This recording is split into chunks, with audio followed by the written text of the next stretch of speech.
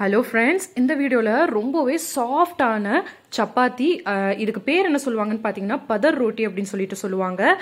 நீங்கள் இந்த ஒரு மெத்தடில் இந்த சப்பாத்தியை நீங்கள் ட்ரை பண்ணிங்கன்னா அடுத்த நாள் சாப்பிட்டீங்கனாலுமே பார்த்தீங்கன்னா சாஃப்டாக தான் இருக்கும். நிறைய பேர் பார்த்தீங்கன்னா சப்பாத்தி செஞ்சு கொஞ்ச நேரத்துலேயே பார்த்தீங்கன்னா அது வந்துட்டு அப்பளம் மாதிரி ஒரு மாதிரி கிறிஸ்பி ஆயிரும். பட் இந்த மாதிரி நீங்கள் செய்யும்போது பார்த்தீங்கன்னா ரொம்ப சாஃப்டாக இருக்கும். அது மட்டும் இல்லாமல் நீங்கள் இந்த மாதிரி லேயராக செய்யும்போது பார்த்தீங்கன்னா ரொம்பவே விரும்பி சாப்பிடுவாங்க. ஒரு தடவை நீங்கள் செஞ்சு கொடுத்தீங்கன்னா சீரியஸாக இந்த டேஸ்ட் வந்து எல்லாத்துக்குமே பிடிச்சிரும்.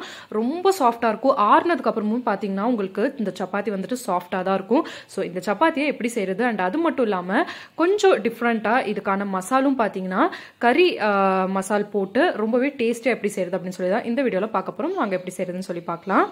ஸோ ஃபஸ்ட்டு சப்பாத்தி மாவு பண்ணிடுறதுக்கு வசதியாக ஒரு பாத்திரம் எடுத்துக்கோங்க. அதில் கொஞ்சமாக தண்ணி ஆட் பண்ணிக்கோங்க.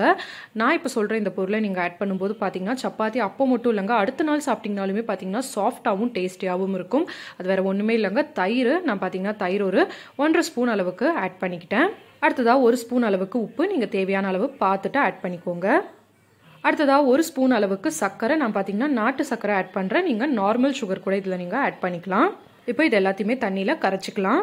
கரைச்சதுக்கு அப்புறமா இதில் ஒரு 2 ஸ்பூன் அளவுக்கு ஆயில் ஆட் பண்ணிக்கலாம். எந்த எண்ணெய் நீங்கள் குக்கிங் ஆயில் வச்சுருந்தாலும் அதை நீங்கள் இதில் ஆட் பண்ணிவிட்டு நல்லா ஒரு தடவை கலந்துட்டு இப்போது தேவையான அளவு மாவை இதில் கொட்டிக்கலாம். எப்போவுமே சப்பாத்தி மாவு பிணையும் போது பார்த்தீங்கன்னா நல்லா உள்ளங்கையில் இறுக்கி பிணையணும். அப்போ தான் பார்த்தீங்கன்னா அந்த தண்ணி நம்ம சேர்த்துருக்கிற அந்த ஐட்டம்ஸ் எல்லாமே வந்துட்டு நல்லா எல்லா இடத்துலையுமே ஈவனாக வந்து ஸ்ப்ரெட் ஆகும். நிறைய பேர் பார்த்தீங்கன்னா மேலாக வந்துட்டு பிணைவீங்க. அந்த மாதிரி பிணையாமல் நல்லா உள்ளங்கையில் வச்சு நல்லா இறுக்கி வந்து பிணையணும். ஃபஸ்ட்டு நம்ம சேர்த்த தண்ணியில் மாவு வந்து ஒன்று சேர்கிற அளவுக்கு நல்லா இந்த மாதிரி இறுக்கி பிணைஞ்சு விட்டுக்கணும். அதுக்கப்புறமா கொஞ்சம் கொஞ்சமாக தண்ணி தெளித்து எப்போவுமே நம்ம சப்பாத்தி மாவு எப்படி பிணைவோமோ அந்த மாதிரி பிணைஞ்சிக்கலாம். இந்த அளவுக்கு பிணைஞ்சதுக்கப்புறமா இதுக்கு மேலாக கொஞ்சம் எண்ணெயை தடவிட்டு ஒரு அரை மணி நேரம் அல்லது 1 மணி நேரம் இதை ஊற விட்டுறலாம். இப்போது மாவு பிணைஞ்சு வச்சு பார்த்தீங்கன்னா அரை மணி நேரத்துக்கு மேலே ஆயிடுச்சு. இப்போ மாவு நல்லா சாஃப்ட் ஆயிடுச்சு. சில பேர் பார்த்தீங்கன்னா அப்போவே நீங்கள் சுடணும்னு நினச்சாலும் தாராளமாக இந்த மாவில் நீங்கள் சப்பாத்தி சுடலாம், சாஃப்டாக தான் வரும். ஏன்னா நம்ம இதில் தயிர் ஆட் பண்ணியிருக்கிறனால அப்போவே நீங்கள் சப்பாத்தி சுட்டாலும் உங்களுடைய சப்பாத்தி பார்த்தீங்கன்னா நல்லா சாஃப்டாக தான் வரும். இப்போ நம்ம இதை சின்ன சின்ன பால்ஸாக உங்களுக்கு சப்பாத்தி எந்த சைஸில் வேணும்னு பார்த்துட்டு அதுக்கேற்ற மாதிரி நீங்கள் பால்ஸ் ரெடி பண்ணிக்கோங்க.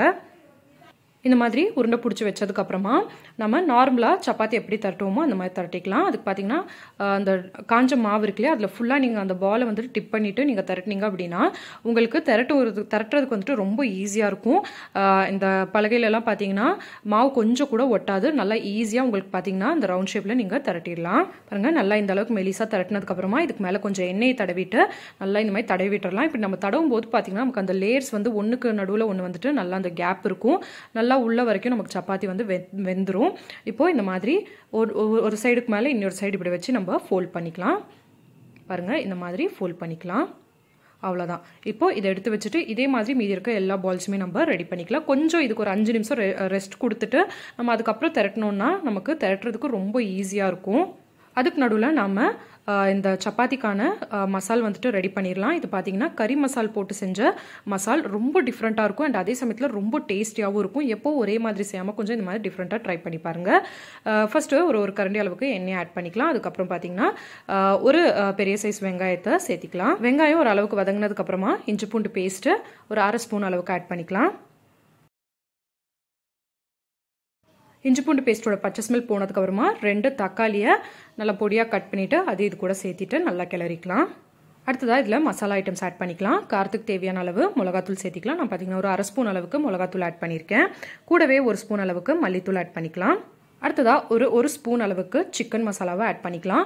இந்த மெத்தடில் நீங்கள் செய்யும்போது பார்த்தீங்கன்னா ஒரு வேறு லெவல் ஒரு ரிச்சான குருமாவில் வந்துட்டு நீங்கள் சப்பாத்தி சாப்பிட்ற மாதிரி ஒரு ஃபீல் உங்களுக்கு கொடுக்கும். ரொம்பவே சிம்பிளான மெத்தட், ஆனால் டேஸ்ட் பார்த்தீங்கன்னா ரொம்பவே தூக்கலாக இருக்கும். இப்போ இந்த மசாலாவுடைய பச்சை ஸ்மெல் போகிற வரைக்கும் நல்லா மிக்ஸ் பண்ணிக்கலாம். அடுத்ததாக நான் பார்த்தீங்கன்னா 4 கிழங்க நல்லா வேக வச்சு மசிச்சு எடுத்து வச்சுருக்கேன். அதை இது கூட சேர்த்திக்கலாம். கூடவே உங்களுக்கு இதோட திக்னஸ் எந்த அளவுக்கு வேணும்னு பார்த்துட்டு அதுக்கேற்ற மாதிரி தண்ணி சேர்த்திக்கோங்க. தேவையான அளவு உப்பு சேர்த்திட்டு இந்த குருமா வந்துட்டு கொதிக்கிற வரைக்கும் வெயிட் பண்ணலாம். நல்லா கொதிச்சதுக்கப்புறமா நறுக்கின மல்லித்தலையை சேர்த்திட்டு அடுப்பை ஆஃப் பண்ணிடலாம். அவ்வளோதாங்க. ரொம்பவே சிம்பிளான மெத்தடில் ஒரு டேஸ்டியான கிழங்கு குருமா ரெடி. மசால் செய்கிற மாதிரியே தான், பட் வந்து கொஞ்சம் இதில் நம்ம ஆட் பண்ணுற மசாலா வேறு மாதிரி இருக்கிறனால இதோட டேஸ்ட்டும் பார்த்தீங்கன்னா ரொம்பவே சூப்பராக இருக்கும். இப்போ நம்ம சப்பாத்தி சுட ஸ்டார்ட் பண்ணிடலாம். இப்போ பார்த்தீங்கன்னா கொஞ்சம் ரெஸ்ட் கொடுத்துட்டு இதை நம்ம திரட்டும் போது திரட்டுறதுக்கு ரொம்ப ஈஸியாக இருக்கும்.